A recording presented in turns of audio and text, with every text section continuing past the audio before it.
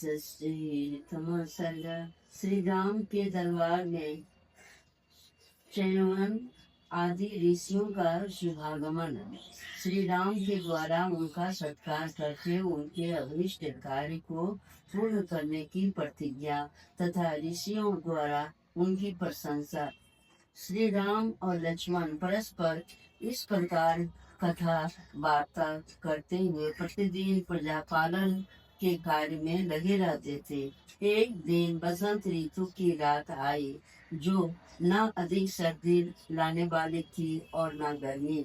वह रात बीतने पर जब निर्मल प्रभात काल आया, तब पूर्ववासियों के कार्यों को जानने वाले श्री रघुनाथ जी पूर्वाहन काल के नित्य कर्म संध्या बंदन आदि से निवृत्त हो बाहर निकलकर प्रजाजनों के दृष्टि पथ में आए।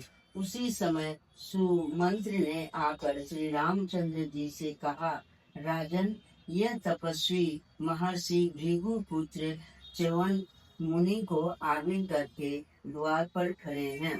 द्वारपालों ने इनका भीतर आना रोक दिया है। महाराज, इन्हें आपके दर्शन की जल्दी लगी हुई है और ये अपने आगमन की सूचना देने के लिए हमें बारंबार प्रेरित करते हैं। पुरुष सिंह, ये सब महर्षि यमुना तट पर निवास करते हैं और आपसे विशेष प्रेम रखते हैं। सुमंत्री की यह बात सुनकर धर्मज्ञ श्री राम ने कहा, सूत, भार्गव, च्यवन आदि सभी महाभाग ब्रह्म ऋषियों को भीतर बुलाया जाए। राजा के यह आज्ञा शिरोधार्य करके राज द्वारपाल ने मस्तक पर दोनों हाथ जोड़ लिए और उन अत्यंत दुर्जय तेजस्वी तापसों की वह राजभवन के भीतर लेकर आए। उन तपस्वी महात्माओं की संख्या 100 से अधिक थी। वे सबके सब अपने तेज से प्रकाशित हो रहे थे। उन सबने राजभवन में प्रवेश किया और समस्त तीर्थों के जल से भरे हुए घरों के साथ बहुत से फल मूल लेकर श्री रामचंद्र जी को भेंट किए। महाबाहु श्री राम ने बड़ी प्रसन्नता के साथ वह सारा उपहार, वे सारे तीर्थ जल और नाना प्रकार के फल लेकर उन सभी महामुनियों से कहा, महात्माओं, ये उत्तमोत्तम आसन प्रस्तुत है।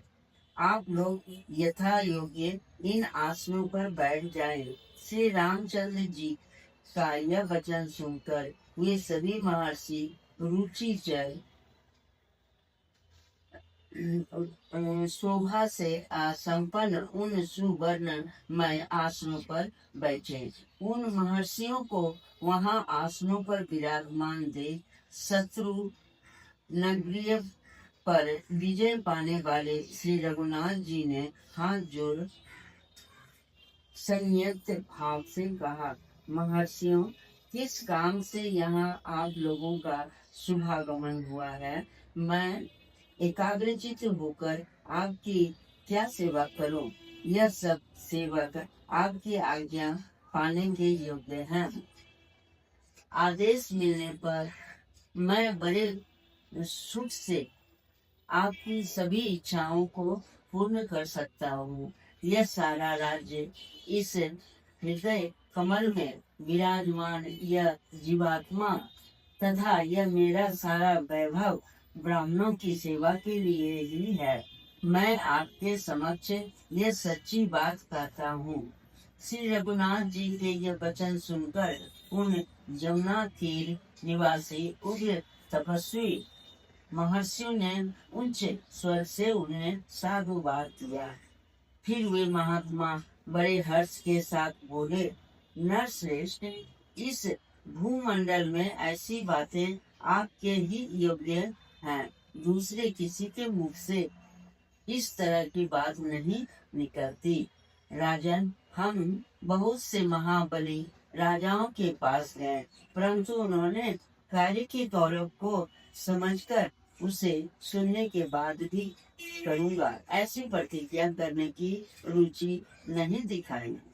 परंतु आपने हमारे आने का कारण जाने बिना ही केवल ब्राह्मणों के प्रति आदर का भाव होने से हमारा काम करने की प्रतिज्ञा कर डाली है, इसलिए आप अवश्य यह काम कर सकेंगे, इसमें संशय नहीं है। आप ही महान भय से विष्णु को बचा सकेंगे। इतिहास श्रीमद् रामायण में वाल्मीकि आदि काव्य उत्तराखंड षष्ठीतमः सर्ग। इस प्रकार से वाल्मीकि निर्मित आर्ष रामायण आदि काव्य के उत्तराखंड में 7वां सर्ग पूरा।